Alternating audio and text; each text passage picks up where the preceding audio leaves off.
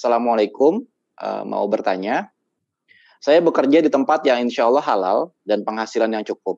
Namun, Ana merasa sering lalai dalam hal ini. Sholat tidak pernah tepat waktu, jarang membaca atau belajar atau hadir dalam majelis ilmu, sibuk dengan pekerjaan karena tuntutan yang harus cepat. Ana berniat untuk resign dan buka usaha, namun tidak disetujui oleh keluarga karena karir dalam pekerjaan sudah baik. Bagaimana cara menasihati keluarga yang menolak Ana untuk resign, Ustaz? Jazakallah khair. Jadi sebenarnya Anda mau kasih nasihat antum dulu, bukan nasihatin keluarga, nasihatin antum dulu. Kalau tadi dikatakan antum lalai ya dengan pekerjaan tersebut yang menyebabkan sholat mungkin telat ya, datang kajian nggak bisa. Masalahnya di mana? Itu yang perlu didudukkan. Tadi di sini di-mention Ustaz. Orang mukmin itu minta tolong sama Allah menghadapi masalah dia. Ketika dari awal dia mencari akhirat, seharusnya pekerjaan dia tidak membuat dia lalai dari akhiratnya.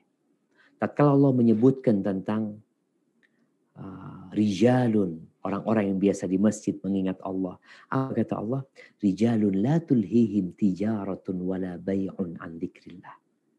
Mereka adalah laki-laki yang tidak terlalaikan gara-gara bisnis mereka, dia mencari gara-gara dagangan mereka dari mengingat Allah SWT. Wa iqamis salat, tetap mereka mendirikan salat. Wa ita'iz zakat, tetap mereka menunaikan zakat. Kenapa? Ya khafuna yauman tataqallabu fihi alqulub wal absar. Mereka takut dengan hari kiamat. Tatkala semua ditinggalkan, tatkala orang kebingungan, mata memandang dengan pandangan kosong. Hati yang penuh dengan kekhawatiran. Itu yang ditakutkan. Jadi sekarang kalau bicara kerjaan antum. Antum udah punya karir. Antum katakan kepada keluarga, nggak anak akan tetap kerja di sini. Nggak perlu antum riset. Tapi pola kerja antum yang dirubah. Sampaikan kepada bos atasan, afwan, saya mukmin, saya orang Islam. Saya nggak lama hidup di dunia, bos. Ya, mungkin 70 tahun saya mati. Fasilitas yang digunakan di kantor ini bukan pemberian perusahaan. Tangan saya bukan pemberian perusahaan. Kaki saya bukan pemberian perusahaan. Mata, telinga ini bukan pemberian perusahaan. Ana dituntut sama yang ngasih Ana itu semua agar Ana beribadah kepada dia. Anda diperintahkan bekerja dengan baik. Iya, kita diperintahkan bekerja dengan baik. Tapi tidak melupakan tugas Anda sebagai hamba Allah. Maka pola kerjanya yang perlu dirubah.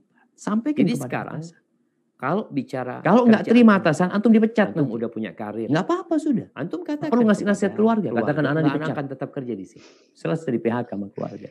Sama perusahaan. Tapi yang jelas, antum pola kerja antum yang dirubah. Muslim ini jamaah, dimanapun dia berada, jadilah dia lentera yang menerangi. Saya orang Islam. Dia nggak boleh kalah di dunia, bos, dengan kondisi yang ada. Ya. Ketika dia lihat lingkungan yang tidak mendukung dia, dia bangkit untuk menciptakan lingkungan yang mendukung perusahaan. Dia tangan saya bukan pemberian perusahaan. Kaki itu Muslim berpikir seperti itu. Aku nggak harus ikut orang terus. Ini bukan pemberian perusahaan. Kalau bicara kerja di tempat itu iya, tapi aku harus merubah kondisi yang itu semua. Maka nasihat Ana, coba antum duduk. Apa sebenarnya? Ya, kalau tadi dikatakan kok nggak bisa ikut kajian, bekerja dengan baik. Tapi kenapa nggak bisa ngaji? Oh, kalau Ana wira swasta mungkin bisa ikut ngaji. Belum tentu. Belum tentu. Kalau nggak terima atasan, bahkan ada yang gara-gara dia bisnis ini itu nggak bisa tidur. Katakan anak dipecat. Kenapa? Karena dia berpikir ya Allah bangkrut Ustaz ini itu. Kalau kemarin kerja itu tiap bulan dapat gaji. Muslim ini ada banyak resiko di sana. Jadi kembali kepada bagaimana kita memanage hidup kita. Jadi antum mau jadi pengusaha, berpikir di situ bisa lebih bebas. Ketika dia lihat lingkungan yang tidak mendukung, namun juga dia, bisa jadi antum bisa lebih susah menciptakan lingkungan. Berapa banyak yang jadi pegawai itu hidupnya santai ya, kerja sampai jam 4, ba'dal maghrib bisa ikut kajian. Aku gak harus ikut. Tapi ketika antum jadi bos, ba'dal maghrib di telepon. Iya, tapi kenapa? Bos ini ada fulus besar nih bos. Bos harus coba antum duduk. Apa sebenarnya? Kajian tadi selamat dikatakan tinggal. kok nggak bisa ikut kajian. Barakallahu fikum. Nah, kenapa nggak bisa Masya Allah. ngaji? Semoga terjawab ya kalau tadi anak Mas wira Luki. Belum swasta tentu mungkin kalau bisa antum ikut buka ngaji. usaha Belum dan resign tentu. itu bisa memiliki Belum waktu tentu. lebih banyak. Karena banyak Bahkan orang yang ada yang gara-gara dia mengetahui. Dan bisnis ini itu nggak apa ya, bisa rahasia tidur. umum lah kalau jadi pengusaha itu waktunya lebih Kenapa? sedikit Karena dia biasanya berpikir ya ya Ustadz ya. Allah bangkrut Ustadz ini itu. Tapi Kok kalau udah kemarin jadi kerja itu pengusaha yang tiap sukses bulan sih dapat gaji. justru pekerjaannya dikasih ke Ada anak buah. banyak Jadi waktu resiko di luang lebih sana. banyak. Jadi kembali kepada bagaimana Toib, kita Ana lanjut memilih Ustadz ke cara kita. pertanyaan Tunggu dulu. selanjutnya. Ana mau Menjadi ngomentarin pengusaha, antum tuh. Oh ya, siap. berpikir bisnis Iya, lebih kalau jadi bebas. pengusaha sukses Nah, waktunya lebih banyak namun ya, juga sehingga bisa datang risiko kajian. di sana lebih Yang Ana susah lihat, dicapai.